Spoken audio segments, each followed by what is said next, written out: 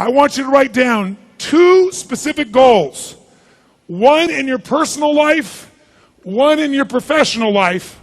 A goal of something you're going to change and transform over the next 30 to 90 days. And I want you to write what it is you're going to change and then why you're going to change it. So you say, I'm going to lose 10 pounds. I'm going to shift my business and earn 10% more. But I want you to write in a paragraph why it's a must for you to do this. Why you must, why you will achieve it. Write with energy, write with a smile. Here we go. Now, how many of you have a clear outcome or goal that excites you, that's a must, not a should for you right now? Raise your hand, say aye.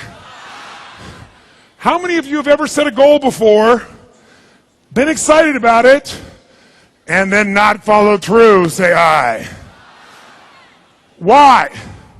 Because you either set the goal when you were not in a peak state, it was kind of like a should goal, not a must, or number 2, you're missing the second of the 5 keys that make you successful. And that is, what stopped you was limiting beliefs. Step 2 is you must change your limiting beliefs. You must change your limiting beliefs. Otherwise, you get excited. Has this ever happened to you? Have you ever been excited about a goal and I'm doing this, and then this voice inside of you goes, who are you kidding? Who's had this happen to you before? Raise your hand, say aye. See, it's not enough to just have it be a must. Because if it's a must, but then inside of you, you think it's not going to happen, it's not possible, it never works, you've tried everything, then you're going to take 2 steps forward and 3 steps back. So in order to change this, you got to know how to change your limiting beliefs. Now, in the short time I've got here, I do a whole seminar called Date with Destiny. And if I only do it twice in a year, I do it once in the United States, once in Australia. And if I could tell you, I give you a money-back guarantee. It is the most powerful thing I do, by far. And it's not 3 hours, it's 6 days, total immersion. And if you decide you want to come to that, I know they've got some kind of special here. I think they'll do like 2 for 1 or something, because it's in Australia is the closest place. Some people will never do this. But if you're committed, if you want to go to a different level of your life, I guarantee you, totally money-back guarantee, it'll be the most powerful experience of your life. You can go the first 4 days of it, and if you don't think it's worth 10 times more than you paid for it, you get all your money back and leave. It won't happen. I've done it now for 20 years. It gets in and controls every belief in your mind. You figure out what controls you and you shift it. And when you shift it, it's not hard to succeed. The problem with succeeding is you got a goal, and you really want to make it happen, but maybe you're missing the tools. Some people have the goal, and it's clear, and it's a must, and they got the tools, but they got inner conflicts. Inner conflict says, I want to be totally fit, but I have a belief I don't have the time. I want to make millions of dollars, but I don't want anyone to ever judge me. They don't go together, right? I want to sleep till noon and become a billionaire. Okay? So these inner conflicts, even though we know what we want, they keep us from taking action. Now, what is a belief system? We all talk about beliefs all the time. I believe this, I believe that. All a belief is a feeling of absolute certainty about what something means. When you say, I believe something, you're saying, I have a feeling of absolute certainty about what this means. For example, if you said to me, Tony, I believe I'm intelligent, you're saying, Tony, I feel certain I'm intelligent. If you say, I believe I'm sexy, you're saying, I feel certain I'm sexy. Now, sometimes we have ideas that are not beliefs we're not sure about. Lots of things you think maybe, but you're not certain. You don't have the belief about it. But what's interesting is once you believe something, all you find is evidence to support what you believe, and you screen everything else out. I'll give you an example. I want you to do a little test with me right now. Sit up in your chair. Just sit up in a peak state in your chair. You don't have to stand up. Just sit up. And what I want you to do is, and when I say now, I want you to look everywhere in this room you can, and I want you to look for everything in this room, everything you can find that is brown. Go. Brown. Don't miss anything. Brown. Brown clothing, brown hair, brown anything. Look for brown. Look for brown. Look for brown. Look for brown. Look for brown. Look for brown. Okay? Close your eyes. Now, with your eyes closed, I want you to tell me everything that you saw that was red. If you see a lot more brown in your head right now than red, say yes. Okay, now open your eyes and look for red. Look for red. Anywhere you can find red. Look for red. Look for red. Any form of red. Anywhere look for red. Look for red. Look around you. Look behind you. Raise your hand if you found a lot more red this time than the last time. Raise your hand, say I. Why did you find more red this time? Because you're looking for it. Seek and you shall find. See, when you look for something, when you believe something, you find it everywhere. If you believe somebody's a mean, idiotic person, you'll find the mean part of them, even if it's not there. If you believe somebody's good, you find the goodness in them. Because the belief gives you a feeling of certainty, and you don't distract that. Now here's what's really interesting. You'll find things that aren't even there. I guarantee you, you just now lied to yourself. Correct me if I'm wrong.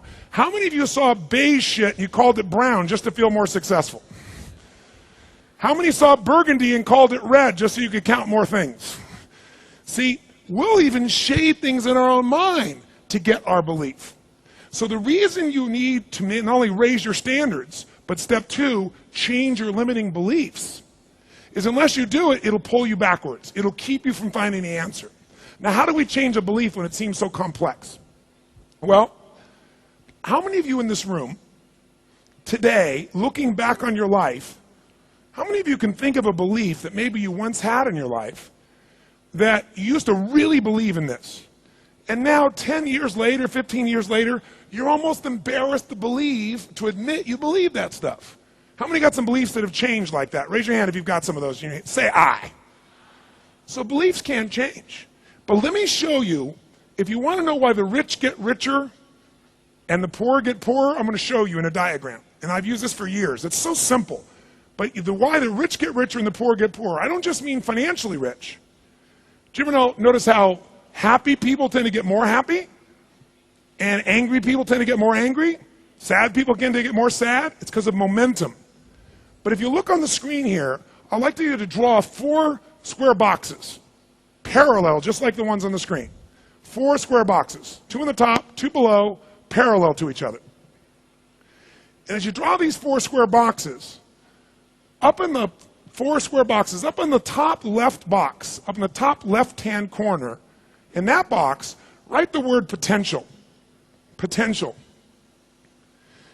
In the top right-hand box, I want you to write the word action. In the bottom right-hand box, I want you to write the word results. And then in the bottom left-hand box, I want you to write the word belief or certainty. So 4 boxes, top left-hand box, write the word potential. Top right-hand box, write the word action. Bottom right-hand box, write the word results. And bottom left-hand box, write the word belief/certainty. And then just do one more thing. Draw a clockwise set of arrows between them all so that they become a circle that goes clockwise all the way. So it's a cycle. I call this the success or failure cycle, depending upon how you're using it. Now here's how it works, and here's my question for you. Let's start with the top left-hand box. What is any human being's potential? Do people have really huge potential or not? What would you say? Little, a lot? What would you say? Give me your out loud, quick. Okay, so people have a lot of potential. But the bottom right-hand box, do most people's results reflect their true potential as a human being, yes or no? No way. Why? Because most people aren't taking enough what? Action. But you know what's interesting? You can take a lot of action and still get lousy results. Is it true? If you're in sales, if you're a salesperson, and you knock on 100 doors, that's a lot of doors, and every time they open the door you say, "You wouldn't want to buy anything from me, would you?" You're probably not going to get great results. Now, sometimes you don't say that verbally, sometimes you say it non-verbally, because the thing that affects everything is your belief. Let me explain to you how. Let's say, for whatever reason, you have a belief, a feeling of certainty that says, it's never going to change, I can't make it better, I've tried everything. If you believe that things aren't going to get better, are you going to tap your full potential, yes or no? Come on, guys, yes or no? No way. If you think, it's not going to work out, you're not going to find your ability. Just like when you're looking for brown, you find brown. Right? When you don't think there's anything to find, you don't look for it. On the other hand, if you don't believe it's going to work out, not only are you not going to lose a lot of potential, but are you going to take massive action on something you think is going to fail? No. So when you don't believe, you take little potential, you take little action, and what kind of results do you get? Little, lousy. And when you get lousy results, what does that do to your belief? Your brain goes, see, I told you it wouldn't work. See, I told you it was a waste of time.